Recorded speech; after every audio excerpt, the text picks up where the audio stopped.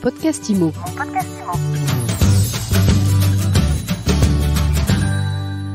Bonjour, bienvenue dans ce nouvel épisode de mon podcast IMO. J'ai le plaisir, l'immense plaisir de retrouver Jean-Marc Torolion. Bonjour. Bonjour Ariane. Jean-Marc, vous êtes passe-président de la FNAIM.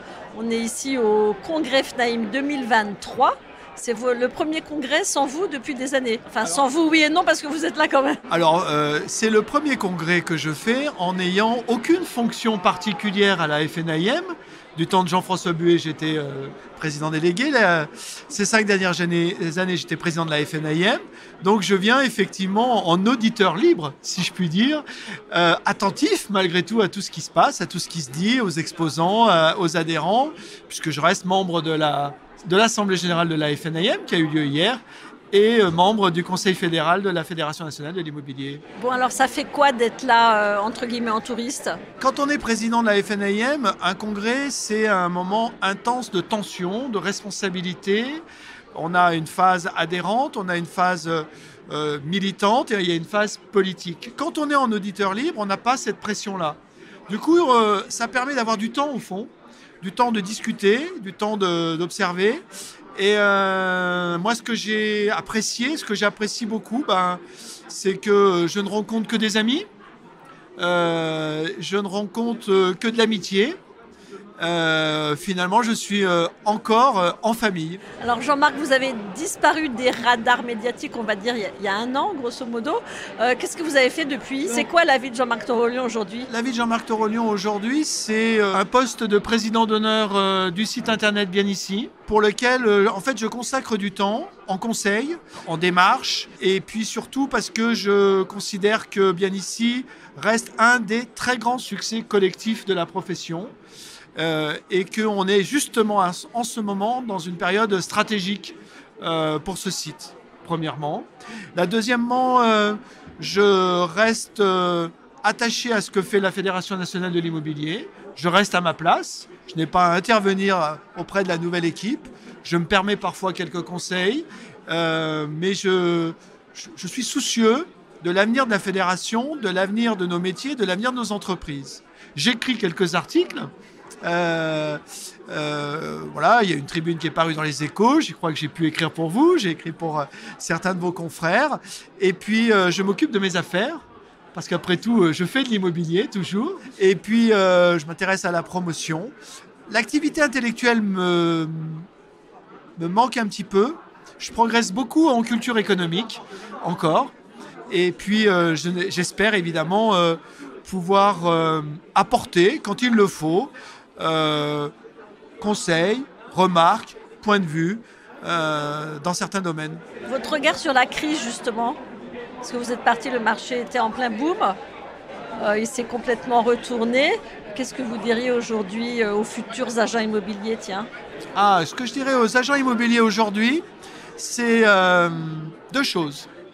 La première, c'est pour ceux qui le souhaitent et pour ceux qui le peuvent, c'est le moment d'avoir une réflexion sur son entreprise et si finalement j'ai su la mettre à l'abri d'un retournement conjoncturel dont on sait par ailleurs qu'il est périodique et qu'on oublie. Et donc, mettre à l'abri son entreprise, c'est avoir su constituer une trésorerie, c'est avoir su fidéliser une équipe commerciale, d'adapter peut-être un modèle en termes de coûts, mais surtout d'avoir peut-être diversifié ses activités. Je ne crois plus aux transactionnaires, aux petits transactionnaires qui restent tout seuls. Je crois aujourd'hui au fait qu'il faut s'associer et diversifier ses activités et notamment les diversifier en matière de location et de gestion locative. J'ai malheureusement vu trop de confrères ces derniers temps revendre leur petit portefeuille de gestion parce que la transaction marchait bien. C'est une erreur. L'activité de gestion locative, c'est une activité de stockage pour la vente. C'est un service complet pour celui qui achète. Et c'est également, quand on connaît bien le marché, pour tous les vendeurs, une solution défensive, mettre en location. Et donc, ça, c'est le premier conseil. Le deuxième conseil, c'est d'avoir toujours à l'esprit une approche innovante du métier dans ces moments-là. Je lis retour aux fondamentaux. Oui, d'accord, retour aux fondamentaux. Moi, je crois surtout à la réflexion sur nos coûts de production, l'approche du marché, la façon dont on rend le service, bien observer ce qui est en train de se passer et garder à l'esprit que c'est bien l'innovation qui doit sortir aussi ce métier d'un certain nombre, j'allais dire, de lacunes qu'il a toujours. Alors, c'est quoi ces lacunes? C'est quoi l'innovation? C'est la PropTech?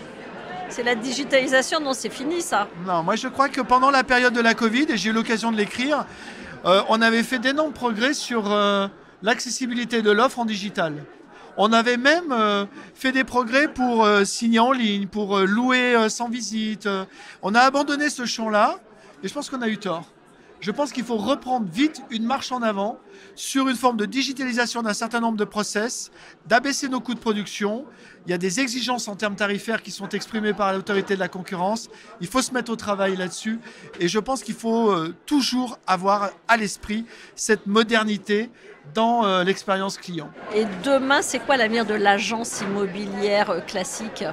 L'avenir de l'agence immobilière classique, elle est dans la diversification et l'association. Je trouve que les architectes se sont associés, les géomètres se sont associés, les notaires se sont associés, les huissiers sont associés, les maisons médicales existent. Je crois de moins en moins au fait d'aborder ce métier en solo et je crois de plus en plus au fait, encore une fois, de se regrouper. De maisons d'immobilier local, par exemple? Non, je crois au fait que deux agents immobiliers s'associent. D'ailleurs, j'en ai rencontré là, j'en ai rencontré beaucoup. Je crois au fait qu'on rachète un petit portefeuille de gestion en s'associant. On crée une branche syndic en s'associant. Je crois qu'il faut sortir de l'individualisme de cet entrepreneuriat-là et s'orienter vers une vision entrepreneuriale collaborative des compétences pour affronter ces périodes de crise qui seront de toute façon cycliques. Là, on parle de 600 agences immobilières qui auraient fermé depuis le début de l'année environ. Comment vous voyez la suite? C'est pas beaucoup, hein.